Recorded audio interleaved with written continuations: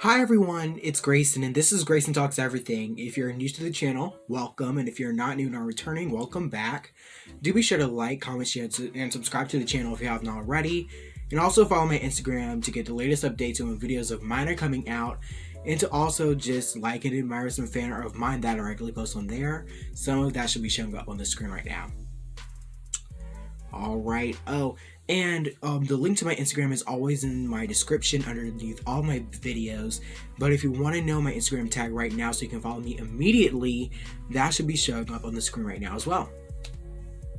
Alright, let's get into it. So today, the first two episodes of Marvel Studios' Hawkeye came out, and I really did like them. I liked them a lot. The premiere wasn't as strong as I would say some of the other Marvel Disney Plus shows in my opinion, but we'll get to that later. But yeah, I really liked it, and there's actually a lot to break down. Some of the stuff that happened in this episode I already talked about in my everything you need to know before watching Hawkeye video, which I'll also link in my description. So yeah, let's get into it. I am more than positive that when all is said and done, we are in for a very exciting run with the Hawkeye TV show. But unfortunately, we get off to a bit of a slow start. But the show is still really fun so far, and I think I just should have lowered my expectations just a little bit for the first episodes, except for the opening of episode 1, which I really liked. So it is, as of now, kind of a mixed bag. I am also very worried about certain fan reactions to the show because the first two episodes are very Kate Bishop centric, which I at least didn't mind, but I can see the complaints in the buzzword-filled YouTube poster frames right now as I think about it. And that's very disappointing because Hailee Steinfeld doesn't deserve that because, as we all know already, she's an excellent choice for Kate Bishop and does a fantastic job here. It also doesn't help that Jeremy Renner's Clint Barton, who we all thought we were going to get to know a lot better through the show, ends up coming across more as a strong supporting character than a co-lead, which sucks because Hawkeye and Black Widow have always got the short end of the stick when it came to character development. Even Natasha felt like a strong supporting character compared to Yelena in her own movie as well. I do find it interesting and amazing that Clint and Natasha's bond is so strong in the MCU that he is still shown reeling from her death in the show, and it's also very frustrating that more time isn't spent on it. And while their storylines are sadly competing against each other, thankfully our two main characters themselves are not, as they are both shown to be very charismatic and make a great team. And with how the action scenes, the writing, and the tone of the show is set up, it feels a lot more like the Netflix Marvel shows like Daredevil, Jessica Jones, etc., which is good for me because I'm actually going through and watching all the Marvel Netflix shows to get ready for all the bunch of cameos that are about to roll into the MCU, if that makes sense. So overall, the very atmospheric New York City setting, the interesting mystery, the charismatic characters, Lucky the Pizza Dog, who is so adorable in these first two episodes, and the show's promise will surely keep me and everyone watching invested until the end of the show. So let's break it all down. Hawkeye might be Kate Bishop's big introduction to the Marvel Cinematic Universe, but she isn't the only new comic book character on the Disney Plus show. Hailee Steinfeld's MCU debut takes place in the world of Manhattan's elite, where the rich secretly auction priceless MCU objects behind the scenes. In this world, the Duquesne family is prominent, and soon Kate will be related to them, thanks to her mom's engagement to Jack Duquesne, played by Tony Dalton. But who is this family, and what are their true motives?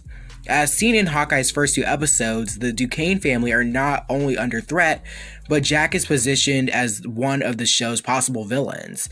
In Marvel Comics, Jack and Duquesnes have a long history that might shed some light on what's to come on Hawkeye. So let's take a closer look. Warning, spoilers ahead for Hawkeye episodes 1 and 2. Hawkeye ends its first episode with the surprising death of Armand Duquesne, as Kate discovers him dead and bleeding when she breaks into his home disguised as Ronin. She flees before Armand's housekeeper arrives at the grisly scene. Earlier that evening, Kate had met Armand at the charity auction party she attended with her mother Eleanor, played by Vera Farmiga. Armand smartly slides up to Kate and spills that her mom is engaged to his nephew Jack, refusing to hide his disapproval of his nephew's relationship. as he says, and I quote, "Believe me, I've done everything in my power to talk him out of it," Armand tells Kate. But when he gets something set in that little mind of his, he can be quite determined. Later, Kate overhears Eleanor and Armand arguing at the party.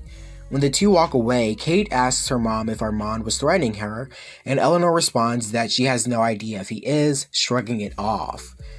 The argument leads Kate to follow Armand, find the secret auction that gets ambushed, steal the Ronin suit, and eventually discover Armand dead.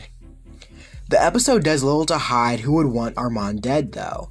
He had disagreements with his nephew, as seen with the engagement and during the scene where they were in a bidding battle for Ronin's sword. Jack does steal the sword during the attack, and he also seems to have the most to gain with his uncle dead, as alluded to in their earlier conversation. Ultimately, Jack is Kate's first suspect. He has the motive and is quite determined. He has a weapon, and he has the candy Kate spotted in Armand's home. But as we know, when it comes to any good murder mystery, it's rarely the first suspect. In Marvel Comics, Jack is known as Jacques Duquesne, aka Swordsman, a master of bladed weapons. He is an alleged descendant of the Crimson Cavalier, René Duquesne, a criminal who led gangs in France until he briefly stopped his life of crime to help fight crime and fight for his country during World War I. Armand Duquesne is also in the comics, where he is actually Jacques' father. Like his on-screen counterpart, Armand too meets his demise, but it's his servant who does him in with the sword. Beyond those brief relations, Jacques' story mainly revolves around being swordsman, and his past is connected to none other than Clint Barton. Jacques' origin story begins while working at a carnival, where his act involved in knives, swords, and other blades. There, he meets a young Clint Barton and trains him in archery.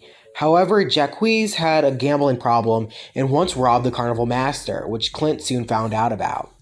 Running away from Jacques, Clint climbed the high wire only for Jacques to cut it down and let Clint fall to his presumed death.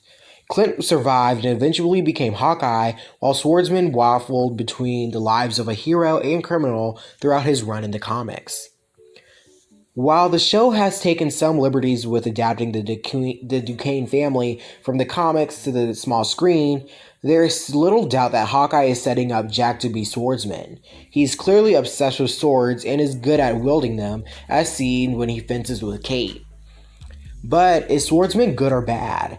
Given the character's comics history with Clint Barton, it sounds like Jack is ultimately self-serving, and whatever motive or move he makes will be what's best for him. Whether that makes him look like a hero or villain remains to be seen. Kate Bishop has finally arrived in the Marvel Cinematic Universe. The character, played by Haley Steinfeld, makes her MCU debut in the first 2 episodes of Marvel's Hawkeye, which premiered this Wednesday on Disney+. While Kate's journey is just beginning, things are already off to an exciting and chaotic start on Hawkeye. And hidden among many trouble-filled adventures that occur throughout the show's opening episodes is a Marvel Comics Easter egg that only further cements Kate Bishop's future in the MCU. Early in Hawkeye Episode 2, Kate Bishop's apartment gets burned down by the Tracksuit Mafia. Consequently, Kate and Clint Barton, played by Jeremy Renner, are forced to use their aunt's apartment as a kind of safe house. While Kate never says her aunt's name out loud in the episode, a shot of her apartment building's tenant list reveals that Kate's aunt is named Moira Brandon. That's a name that may only be familiar to diehard comic fans, but it is one that was intentionally included in Hawkeye. Why? Because Moira Brandon just so happens to have ties to a Marvel Comics team that counts none other than Kate Bishop as one of its members. In the comics, Moira Brandon is a former Hollywood actress living in Los Angeles, California. However, her Palos Verdes estate is eventually bought by the West Coast Avengers and used as their new compound. When the group is ambushed one day by the villainous Crossfire, Moira ends up saving the lives of both Clint Barton and his wife, Barbara Morse, aka Mockingbird. In return, Clint names her an honorary Avenger. Now, what does any of this have to do with Kate Bishop and Hawkeye? Well, for starters, Clint Barton actually served as the chairman of the original iteration of the West Coast Avengers, and Kate Bishop later reformed the team. She led a group of heroes including Clint Barton, Johnny Watts, aka Fuse, America Chavez, Gwenpool, Kid Omega, and Alloy. This is worth noting because of the growing rumors that Marvel plans to introduce a Young Avengers or West Coast Avengers style team to the MCU sometime in the near future. Many Marvel fans believe Avengers 5 or another crossover event film may revolve around the formation of said team, especially with the Young Avengers characters like Kate Bishop, America Chavez, Elijah Bradley, Wiccan, Speed, and Cassie Lang all set to step up into the spotlight in the next few years. Therefore, the fact that Kate Bishop's aunt, Hawkeye, is named after a Marvel Comics character whose house serves as the headquarters of the West Coast Avengers seems like yet another hint that a new superhero team is coming into the MCU. It seems only inevitable that Haley Steinfeld's Kate Bishop will be a member of whatever team that ends up being, too. Marvel likes to keep its plans as close to the chest as possible, which makes predicting the future twists and turns of the MCU a somewhat tricky thing to do. That said, it's becoming increasingly clear that Marvel Studios has plans for a Young Avengers or West Coast Avengers inspired team in the MCU. Will Moira or Brandon actually end up playing a role in the formation of the MCU's next superhero team? In all likelihood, probably not. But that doesn't mean Hawkeye's reference to her isn't foreshadowing the eventual MCU debut of the West Coast Avengers or Kate Bishop's presumed role in the team. So that's it.